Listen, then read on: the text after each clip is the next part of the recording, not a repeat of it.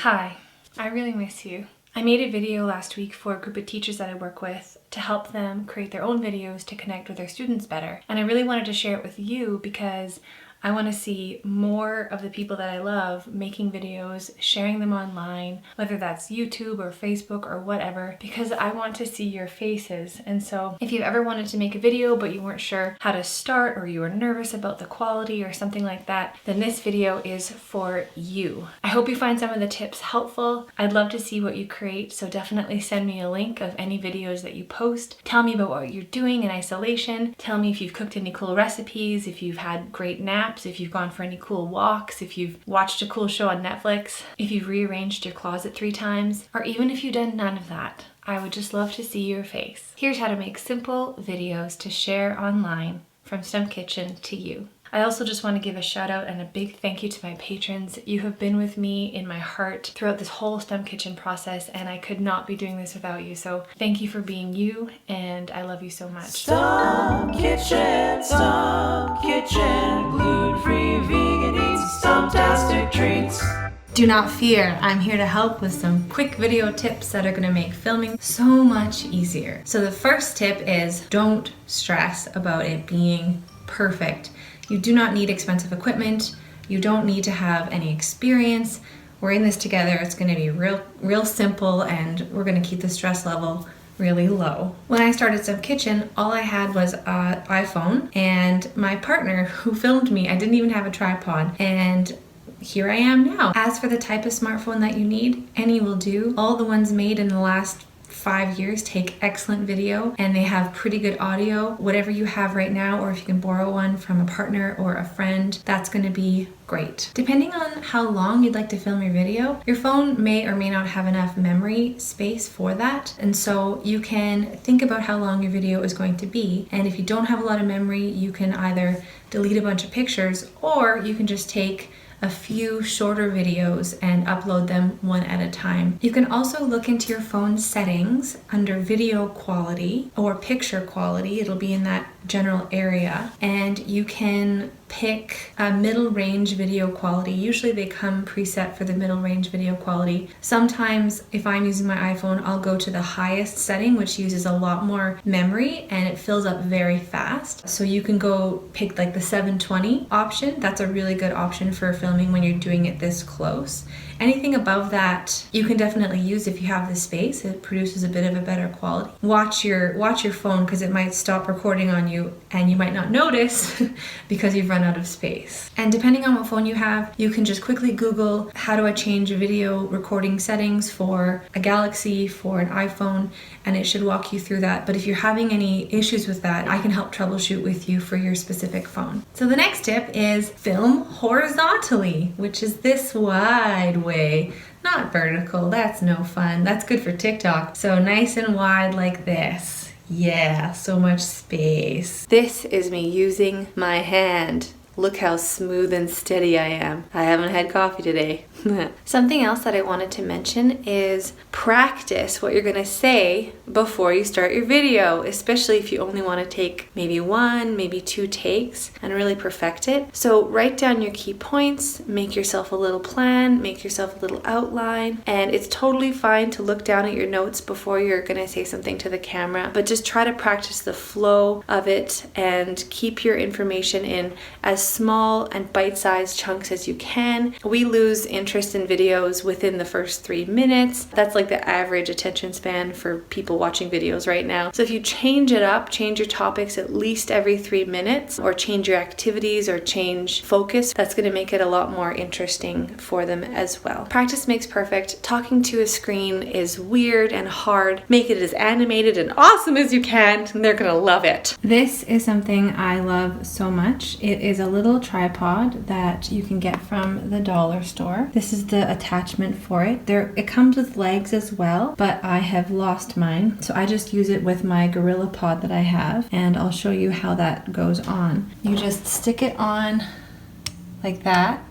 I can't do this with one hand, but you put it on and you just twist it on, and that's exactly the way that it comes from the dollar store as well, and it is so helpful. So as you can see, I have screwed it on to the top. So this goes up and down, and then you just put your phone in there horizontally. You can film your video. When you're filming, you don't have to have a tripod. I do recommend it, and getting the dollar store one is a really great option, but you can just hold it with your hand, but you got to be careful about keeping it nice and smooth and not blocking any of the microphones with your hand, or having any fingers in the video frame as you're filming. That's kind of a hard thing to get used to. So if you don't have a tripod, you can also use a stack of books. I used to pile a stack of books in front and behind the phone and kind of slide the phone inside and squeeze the phone. So then the filming part, all I needed for it to like film me was just the camera above the books and making sure I had it angled so it could see me. You can also use like a recipe holder. You could kind of put it on a music stand. There's lots of different ways that you can hold your phone upright to film you without using a tripod. It's all about getting creative and doing a DIY hack. But yeah, the smoother the better. It's going to be more interesting for people to watch, and you're going to be less Blair Witchy about it.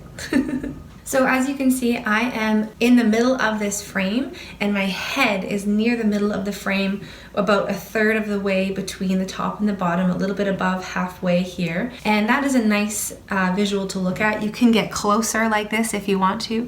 You can kind of do a little bit of side to side if you want to, but this is a nice comfortable view to watch the video. My heater just kicked in, and that's on my next point, which is sound. I like to film not during rush hour when I'm doing Stump Kitchen videos. So if you can find a quiet time during the day, mid-morning and mid-afternoon are really good, because then you're grabbing some good light and there's not a lot of traffic sound. If you have a loud fridge or a loud heater, it might be something you can unplug while you're filming or turn off while you're filming. Just be attentive to what noise is going on and what you can control. If you have buzzing lights, beeps, etc., you can just unplug those for the time being. But don't forget to plug your fridge back in. I have done that before and it is not fun. So put something important in there like your car keys, and then you'll definitely remember to plug your fridge back in. It doesn't really matter where you look when you're filming. Right now I'm looking at myself, but you can look at the actual camera that is filming you. So then it looks like I'm looking you in the eyes. But I don't think it really matters. That's kind of a personal choice. That's just personal preference. Pardon me. The other thing for sound is you want to be really close to your camera, because smartphones, they're not the best for recording sound, but they do a good job if you're in a quiet environment and you are relatively close. So right now I'm about, oh wow, my gas. Right now I'm about 2 feet away and I'm speaking clearly and not too fast, I hope. But if you're far away, I'll go over there and I'll talk to you and you can see the difference. Hi, I'm standing in the back of the room now. I'm talking at the same volume, and you can see the difference in sound for the video quality. So you can make those calls as you get there. Or you can yell! Let's talk about lighting. Lighting, oh lighting. This can really make or break a video. And I put in a little clip of me showing you some poor backlighting. I'll show you that here. Hi, I'm gonna show you how to make good video. Basically, all backlighting means is when you're filming yourself, make sure you don't have a source of light coming from behind you, because it's going to make you look like a ghosty shadow. So right now I'm sitting in front of a pretty bright window, and to be honest, this lighting, it could be a lot better, but this is what I've chosen for today. It's not the worst. The sun's coming from over there, and I'm using natural light, which is the best light in the world. But if you don't have natural light or a big window to film in front of, all I would suggest is grabbing a few lamps, like maybe 2 or 3 lamps, and putting them in a little horseshoe around you. So I would put one behind my phone, one to my side over there, and one to my side over there to have nice even lighting hitting me from all angles and not creating too many harsh shadows. But honestly, even if you're in a bright living room and you don't have much natural light, but you have a good source of light coming from above, and you make sure that you are, behind the light and it's not coming from behind you, that's going to create a really great lighting effect for your video as well. On that note, I would suggest filming yourself with your smartphone from the self view. So what I would suggest is turning the screen towards you and flipping your camera around so you can see the entire video happening while it's happening. And then you are in the frame, You can see what's happening around you. You can see if the phone dies. You're not just trying to point the camera at you without the screen and kind of guess that, hopefully it looks okay. Because honestly, smartphones are going to have a pretty similar quality between both options. You can also consider things like what's in your background, what's behind you. I would probably stay away from really busy backgrounds. So I've got pretty plain background behind me.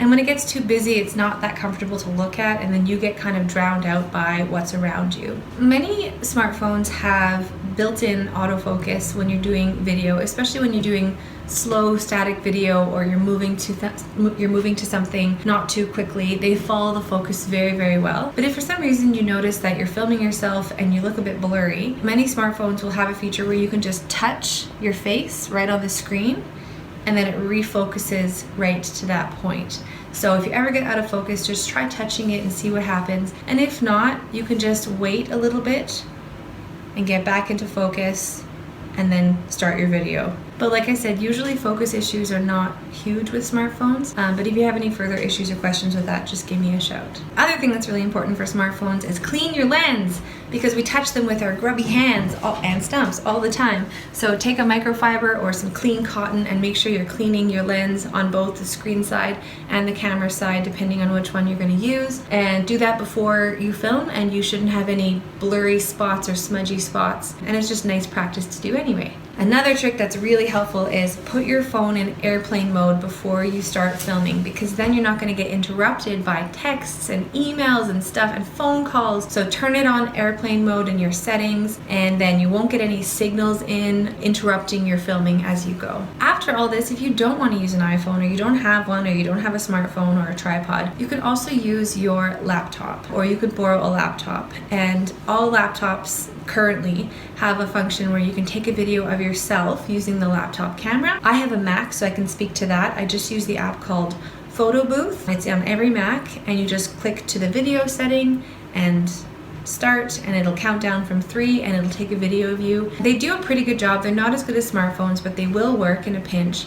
Just use the same techniques that we talked about for lighting and sound and apply it to the laptop video. And then it's already on your laptop and easy to upload. If you want to get your video from your smartphone to your computer, what I like to do is AirDrop. So you just go to your photos and you find your video and you click on it and share, and then you pick the AirDrop, and then I AirDrop it to my laptop. You just need to have your Bluetooth on both devices. That, again, it works really well for my iPhone and my Mac. I'm not as sure for non-iPhones and non-Macs, but I think there's a very similar way, and I'd be happy to troubleshoot that with you. It's a lot easier than trying to email it to yourself because they're too big. But the other option too is you can upload your videos from your phone directly to Google Drive. We just need a really good internet connection. Hello, I am on my Mac's Photo Booth video recorder. So this is what this looks like and sounds like. Not as exciting, but just as good. I wanted to quickly talk about some of the edits I've been making in this video for you to see. These are edits that are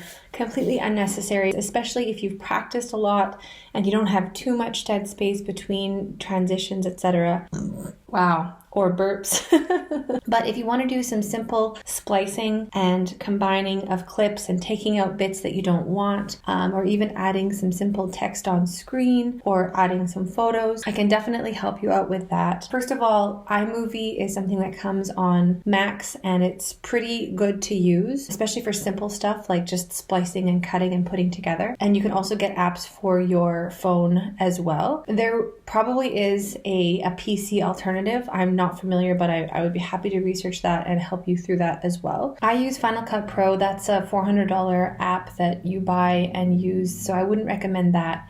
But you can also look at your app store online on your computer to see what cheap or free video editing apps are there, and pick one that has good reviews. Start using it to see how intuitive it is. And like I said, I can be available for a chat about it if you're running into any snags. And again, no need to do any of that. That's just if you want to get a little bit fancy. You don't have to. And maybe some of you already do that kind of video editing, and that's awesome. Just options for you. This is completely optional. Yeah, just one more thing you can put in your toolbox. And also, I'm not a perfect expert at all. If you have more ideas that I might have missed, definitely put them in the comments down below and make the best, most fun, and not perfect but good enough and awesome videos ever.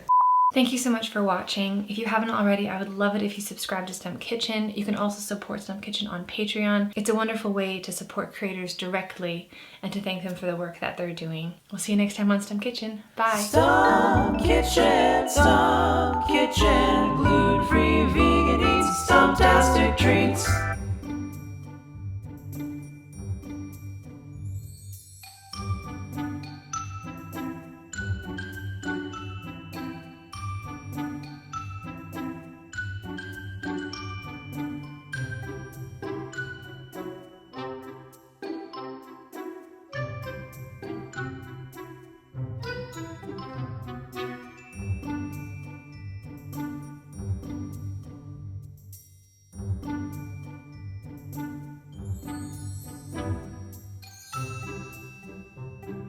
Hi, I'm gonna show you how to make good video.